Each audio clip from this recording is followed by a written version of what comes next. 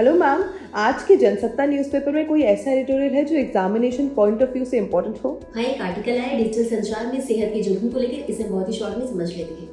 ये article digital संचार में बच्चों और युवाओं की मानसिक शारीरिक सेहत पर बढ़ते जोखिम को एक सामाजिक चेतावनी के रूप में प्रस्तुत करता है, न केवल तकनीकी विरोधी बहस के रूप में। अब इसी बीच जो है कि बेड राटिंग और स्क्रॉलिंग संस्कृति जो बच्चों की दृश्य समृद्धि और मानसिक सक्रियता को प्रभावित कर रही है, ये दो शब्द चर्चा का विषय बने हुए। आपको बता दें कि बेड राटिंग का अर्थ होता है लंबे समय तक बिस्तर पर ही पड़े रहना और मोबाइल चलाते रहना। पढ़ाई, मोबाइल, खाना और आराम सब कुछ एक ही जगह पर। अब इसी के बीच तंत्र विज्ञान से जुड़े शोध आए जिसके अकॉर्डिंग इस तरह के एक रूप दृश्य अनुभव से मस्तिष्क के ध्यान केंद्रित करने की क्षमता और दृश्य विशेष कौशल कमजोर हो सकता है। इसका असर आगे चलकर पढ़ने लिखने और समझने की क्षमता पर भी दिखता है। डूम स्क्रॉलिंग भी एक शब्द आया। इसका मतलब होता है नकारात्मक, डराने वाली और संकट से भरी सूचनाओं को बिना रुके देखते जाना। अंतर्राष्ट्रीय अध्ययन हुए उसके अकॉर्डिंग इस तरह की आदत चिंता, अवसाद और मानसिक थकान बढ़ाती है। साथ ही साथ इसके विपरीत हाल के वर्षों में ब्लूम स्क्रॉलिंग की अवधारणा सामने आई, यानी कि सकारात्मक, प्रेरक और ज्ञानवर्धक सामग्री को चुनकर देखना। सही तरीके से अपनाया जाए तो यह बच्चों में जिज्ञासा, आशावाद और रचनात्मक सोच को बढ़ा सकता है।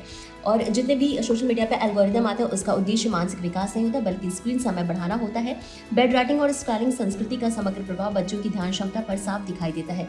इस पर एक अध्ययन भी हुआ और इस बात पर संकेत देता है अध्ययन कि अत्यधिक स्क्रीन उपयोग से क्रियाशील स्मृति और अनुक्रमिक विचारशीलता कमजोर हो सकती है। जब बच्चे देर रात तक बिस्तर पर स्क्रीन देखते रहते तो नींद की अवधि ही नहीं उसकी गुणवत्ता भी घटती। स्क्रीन से निकलने वाली नीली रोशनी मेलाटोनिन हार्मोन को दबाती है जिससे दिमाग की आराम का संकेत नहीं मिल पाता। नतीजतन अगला दिन थकान, चिड़चिड़ेपन और ध्यान भंग के साथ शुरू होता है। आपको बता दें कि तंत्र विज्ञान बताता है कि ऐसी गतिविधियां मस्तिष्क के उन खास हिस्सों को सक्रिय करती है जो ध्यान और स्मृति के लिए जिम्मेदार हैं। दुनिया के कई देशों ने इस बदलती स्थिति को गंभीरता से लिया। फ्रांस, डेनमार्क और नॉर्वे जैसे देशों में बच्चों के सोशल मीडिया उपयोग पर सख्त दिशा निर्देश लागू किए गए। ऑस्ट्रेलिया में 16 वर्ष से कम उम्र के बच्चों के लिए सोशल मीडिया इस्तेमाल पर रोक लगाया गया है।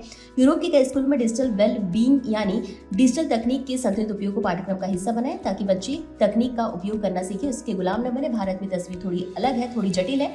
यहाँ डिजिटल साधनों को शिक्षा और अवसर के रूप में देखा जाता है जो सही भी है।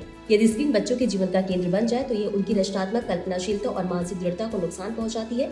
समाधान के रूप में परिवार, स्कूल और समाज की साझा भूमिका पर जोर देता है जहां की डिजिटल साक्षरता का अर्थ केवल तकनीक चलाना नहीं बल्कि बच्चों को ये सिखाना होता है कि कब, कितना और किस उद्देश्य से तकनीक का उपयोग करना है।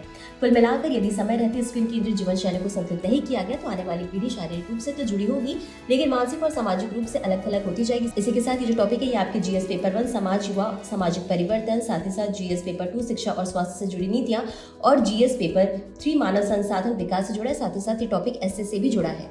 तो आज के लिए बस इतना ही। धन्यवाद।